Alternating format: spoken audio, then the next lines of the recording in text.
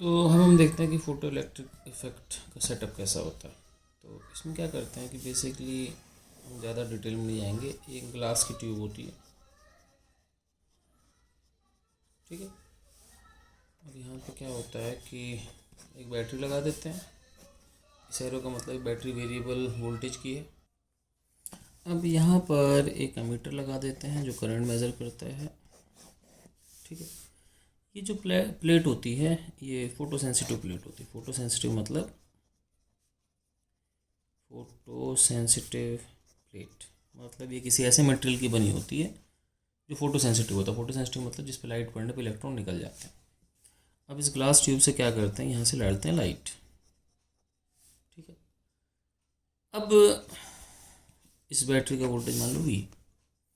तो होता है क्या, इस पर लाइट गिरती है, लाइट गिरने से कुछ इलेक्ट्रॉन निकलते हैं, इलेक्ट्रॉन निकलते हैं, है ना। तो वो इलेक्ट्रॉन क्या करते हैं कि निकल के किसी काइनेटिक एनर्जी से निकलते हैं। और ये जो लाइट होती है इसकी एनर्जी जो होती है बेसिकली वर्क फंक्शन से ज़्यादा होनी चाहिए, है ना। वर्क फंक्शन ज़्यादा होगी तो ये इलेक्ट्रॉन्स को निकाल पाएगा।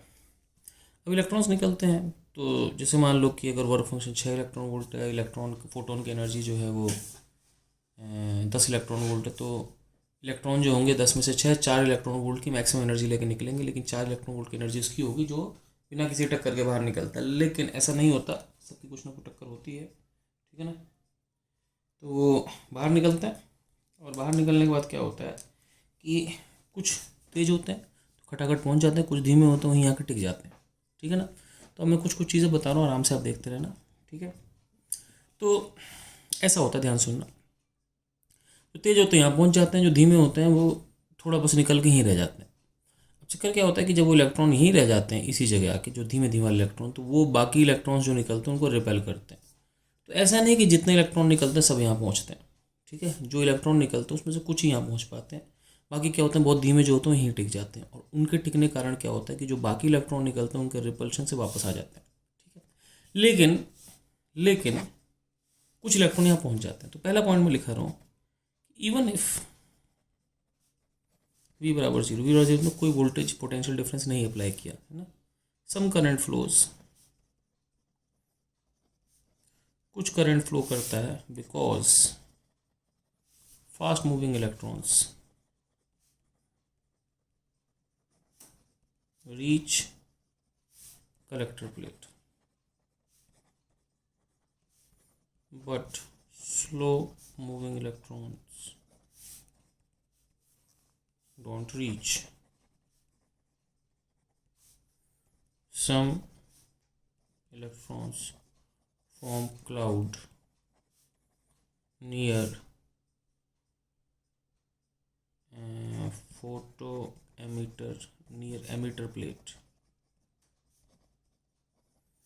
and stop other electrons from reaching the collector plate,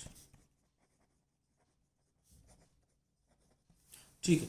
तो अगर मैं कुछ ऐसे बताऊं तो बहुत सिंपल सी चीज़ है कि भाई आपके पास ये दो हैं ऐसे, है ना। अगर आपने बैटरी नहीं भी लगाई है, सपोज मान लो बैटरी का पोटेंशियल ज़ीरो है, तो भी क्या होता है कि जो बहुत तेज़ वाला होता है तो वो इधर भग जाता है। अब इधर भगने के बाद कुछ नहीं होगा भाई, यहाँ अगर भगा तो यहाँ पर नेचुरल सी बात है पॉजिटिव चार्ज आ जाएगा। जैसे एक इलेक्ट्रॉन भगा तो यहाँ पर एक प्रोटॉन का चार्ज एक्स्ट्रा हो जाएगा और यहाँ पर नेगेटिव, तो वो हाई से लो इधर वापस आ जाएगा, ठीक है ना। यहाँ पॉजिटिव चार्ज है, नेगेटिव वापस आ जाएगा, थोड़ा करंट होगा। लेकिन क्या होगा, कुछ इलेक्ट्रॉन्स जो होते हैं वो यहाँ पर आके जमावड़ा बना लेते हैं, तो इलेक्ट्रॉन का क्लाउड जमा हो जाता है। जो धीमे धीमे होते हैं वो इनसे रिपेल होकर यहाँ वापस आ जाते हैं, लेकिन जो तेज़ वाले होते हैं निकल जाते हैं। मतलब अगर आप कोई वोल्टेज नहीं भी लगाओगे तो भी हो सकता है कि 100 इलेक्ट्रॉन निकलते हैं तो एक आध इलेक्ट्रॉन पहुँच जाए। अब हम चाहते हैं कि ज़्यादा इलेक्ट्रॉन पहुँचे। ज़्यादा इलेक्ट्रॉन पहुँचने के लिए हम क्या करते हैं कि बैटरी लगा देते हैं। बैटरी लगाने से क्या होता है, ये पॉजिटिव टर्मिनल या नेगेटिव टर्मिनल इलेक्ट्रिक फील्ड इधर हो जाती है। इलेक्ट्रिक फील्ड इधर होगी तो इलेक्ट्रॉन को फोर्स उधर लगेगा, तो इलेक्ट्रॉन उधर खींचते हैं। तो अगर हम जैसी बैटरी लगाएंगे तो बेसिकली क्या होगा कि अगर मान लो पहले 100 इलेक्ट्रॉन निकले तो एक इलेक्ट्रॉन पहुँच रहा है, अब धीमे धीमे 2 इलेक्ट्रॉन, 3 इलेक्ट्रॉन, 4 इलेक्ट्रॉन, ज़्यादा इलेक्ट्रॉन पहुँचते हैं, ठीक है। हम चलते हैं आगे, सेकेंड पॉइंट।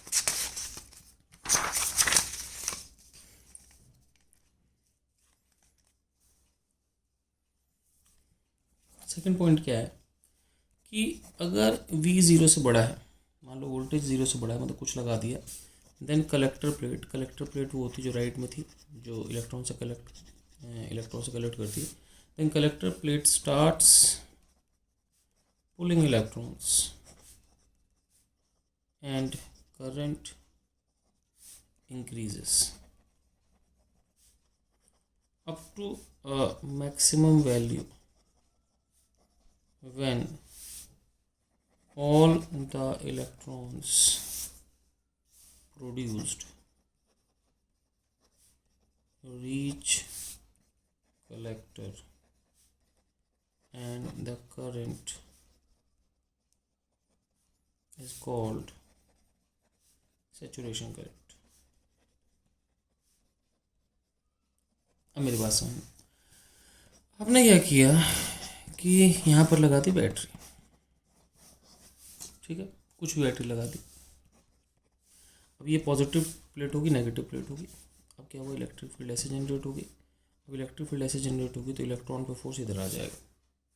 अब क्या करेगा कि भाई मान लो पहले 100 में से 1 इलेक्ट्रॉन जा रहा था. अब क्या हुआ कि इधर फोर्स आने के कारण 100 में से 2, 3, 4 इलेक्ट्रॉन जाएंगे. जैसे जैसे वोल्टेज बढ़ा होगी इलेक्ट्रिक फील्ड बढ़ेगी, ये ज़्यादा पॉजिटिव है ज़्यादा नेगेटिव होगा और ज़्यादा इलेक्ट्रॉन आएंगे. लेकिन अब सोचने की बात ये, आप कितना ही वोल्टेज बढ़ा लो, अल्टीमेटली अगर 1 सेकंड में 100 इलेक्ट्रॉन प्रोड्यूस हो रहे हैं तो 100 ही तो जाएंगे, 100 से ऊपर थोड़े जा सकते. मतलब क्या हुआ कि आप जैसे जैसे वोल्टेज बढ़ाते हो, ये जो करंट रजिस्टर करता है ना, ये जो करंट रजिस्टर करता है वो करंट बढ़ता है. लेकिन करंट एक लिमिट तक ही बढ़ेगा, और वो जो मैक्सिमम लिमिट है करंट की उसको क्या बोलते हैं, सैचुरेशन करंट. ठीक है ना, तो करंट सैचुरेशन करंट तक बढ़ जाता है.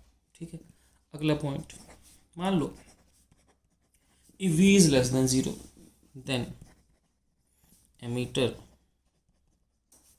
pulls the electrons back and the minimum reverse value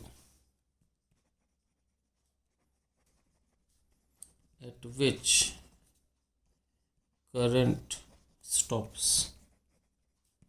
is called stopping potential.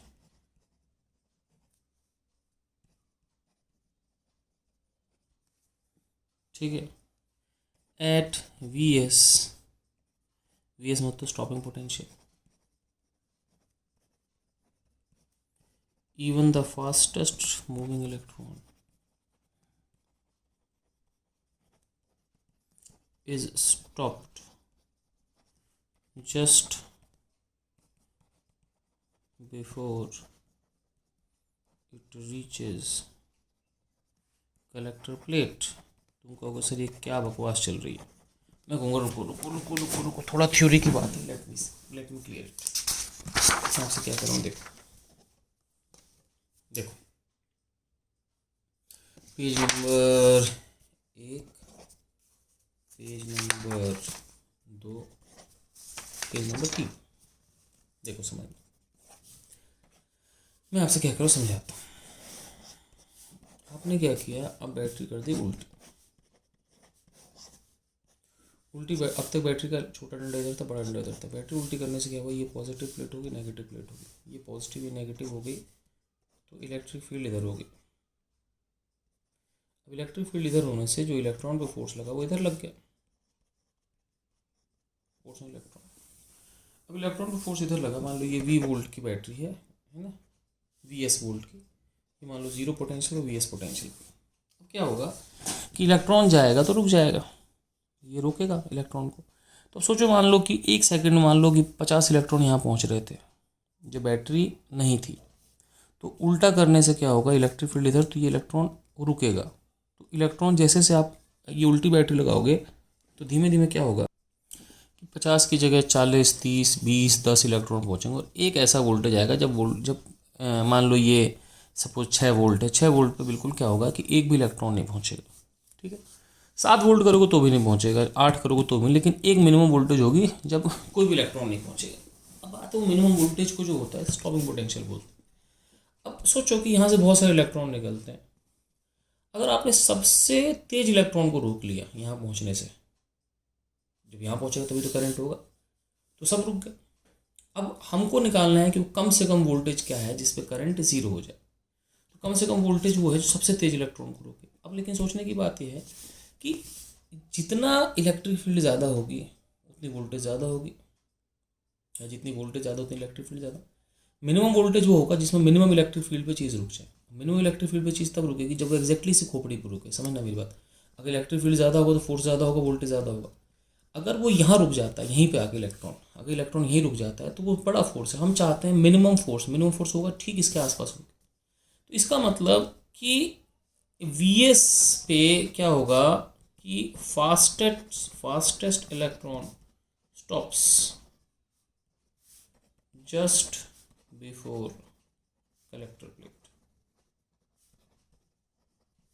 Vs पे क्या होगा, जो सबसे तेज इलेक्ट्रॉन है वो कलेक्टर प्लेट के ठीक पहले रुक जाएगा। मतलब क्या होगा मैं समझा रहा हूँ आपको कि ये एक इलेक्ट्रॉन है जो सबसे फास्ट चल रहा है, इसका मतलब काइनेटिक एनर्जी कितनी, के मैक्स।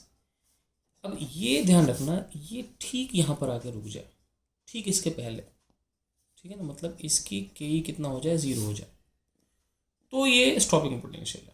अगर उससे पहले रुक जाएगा तो स्टॉपिंग पोटेंशियल नहीं है। समझना मेरी बात। क्योंकि अगर पहले रुक गया इसका मतलब ज़्यादा फोर्स लगा। जैसे कि मान लो आपसे भी बोले कि भाई हमको इस दीवार से नहीं टकराना है, तो मिनिमम ब्रेक क्या होगी, मिनिमम ब्रेक वो होगी वो ठीक उससे पहले रुक जाए। अगर उससे और पहले रुक जाए तो मिनिमम ब्रेक नहीं, तो हमको मिनिमम ब्रेकिंग चाहिए, मिनिमम फोर्स चाहिए, मिनिमम वोल्टेज चाहिए। वो तब होगा जब ठीक यहाँ पर रुके, ठीक इसके पहले आके। ठीक है, तो हम क्या करते हैं कि हमने बैटरी लगाई, कितनी बैटरी लगाई बच्चों, हमने बैटरी लगाई Vs की। तो इसका पोटेंशियल Vs मान लेते हैं, इसका पोटेंशियल 0 मान लेते हैं। और उसके क्या होगा, U initial plus K initial बराबर U final plus K final. अब पोटेंशियल एनर्जी क्या होती है, Q इंटू V। यहाँ पोटेंशियल एनर्जी होगी माइनस EVs, K की जगह क्या होगा K मैक्स, U फाइनल क्या होगा माइनस इंटू 0, वहाँ जाकर रुक गया तो 0 हो गया। तो इसका मतलब स्टॉपिंग पोटेंशियल कितना हो गया बच्चों आपके पास, K मैक्स बाई। ठीक है बच्चों, तो K मैक्स बाई हो गया आपके पास। ठीक है, तो बस यही होता है, और क्या होता है। ठीक है, तो जो भी काइनेटिक एनर्जी मैक्सिमम है, जो बेसिकली काइनेटिक एनर्जी मैक्सिमम होती है -5, तो फोटोन की energy minus work function divide by electronic charge कर दो, ये आपके पास होता है स्टॉपिंग पोटेंशियल। ठीक है, अब हम चलते हैं से कुछ ग्राफ्स देखते हैं। ठीक है, ओके आगे चलते हैं। तो पहला ग्राफ है हमारे पास, वो है करंट और पोटेंशियल। तो यहाँ ग्राफ है करंट, यहाँ पोटेंशियल, बोलो तो भी। तो हमने क्या देखा था कि जब पोटेंशियल 0 होता है तो भी कुछ तो करंट होता ही है, क्योंकि कुछ इलेक्ट्रॉन तेज वाले पहुँच ही जाते हैं, नहीं होता। और जैसे से आप पोटेंशियल बढ़ाओगे करंट बढ़ते रहता है। लेकिन ध्यान रखना, करंट की एक मैक्सिमम वैल्यू होती है आई सैचुरेशन। ठीक है ना, IS बोले तो आई सैचुरेशन करंट। ये वो होती है जिसपे सारे के सारे इलेक्ट्रॉन्स कलेक्टर पहुंच जाते हैं। इससे ज़्यादा इलेक्ट्रॉन्स कलेक्टर पहुंच नहीं सकते। ठीक है, सही है। अब इसके बाद आप जैसे मान लो कि 20 वोल्ट पे सारे के सारे इलेक्ट्रॉन्स कलेक्टर पहुंच गए। अब आप 30 वोल्ट लगाओ, 40 वोल्ट लगाओ, 50 वोल्ट, फ़र्क नहीं पड़ता, एक बार सारे पहुंच गए तो पहुंच गए। ये तो समझ रहे हो बात, इससे ज़्यादा कुछ हो ही नहीं सकता। ठीक है, तो अब देखो, अब अगर आप उल्टा पोटेंशियल लगाते हो उल्टी साइड, तो मुझे पता है कि एक ऐसा पोटेंशियल होता है -Vs, जो करंट क्या होता है 0। -Vs पे 0 होता है, 0 वोल्टेज पे भी कुछ करंट होता है। जैसे जैसे वोल्टेज बढ़ाओ करंट बढ़ेगा, लेकिन करंट एक सैचुरेशन करंट तक ही जाता है, उस सारे करंट नहीं जाता। अब बात करते हैं अगले ग्राफ की। ये ग्राफ होता है आपके पास, है ना, ये ग्राफ आपके पास होता है के मैक्स और फ्रीक्वेंसी के बीच में। तो बात करते हैं के मैक्स, इधर बात करते हैं फ्रीक्वेंसी। ठीक है, अब के मैक्स कितना होता है, के मैक्स होता है एनर्जी -5। ठीक है, E -5 होता है, तो E होता है HF, 5 को लिख सकते हैं HF0। HF0 आपके थ्रेशोल्ड फ्रीक्वेंसी होती है। ठीक है, अब इसका हम जब ग्राफ बनाएंगे तो वो ग्राफ ऐसा बनेगा। नेचुरल सी बात है, ये HF -F0 हो गया, है ना।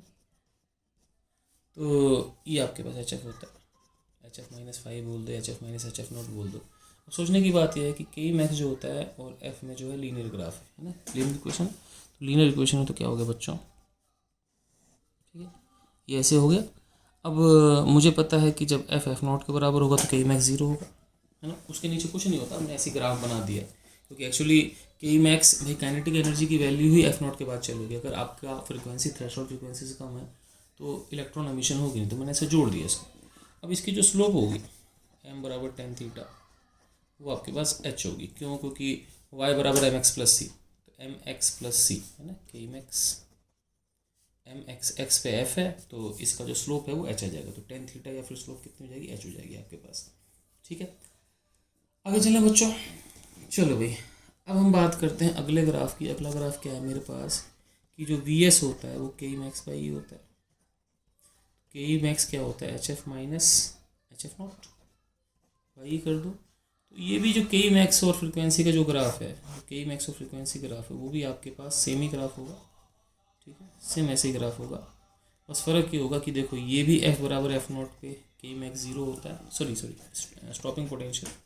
स्टॉपिंग पोटेंशियल और फ्रिक्वेंसी में भी सेम ऐसे ग्राफ होगा। ये भी एफ बराबर एफ नॉट पे ज़ीरो होगा, लेकिन इसकी जो स्लोप होगी है ना, एम बराबर टेन थीटा, वो आपके पास स्लोप जो होगी वाई बराबर एम एक्स प्लस सी के हिसाब से एच बाई ई होनी चाहिए। This is the slope. ठीक है, कोई दिक्कत नहीं। तो ये बेसिकली मैंने सब ग्राफ बता दिए। अब इसके बाद क्या करेंगे हम कि कुछ क्वेश्चन करते हैं और आगे बढ़ते हैं।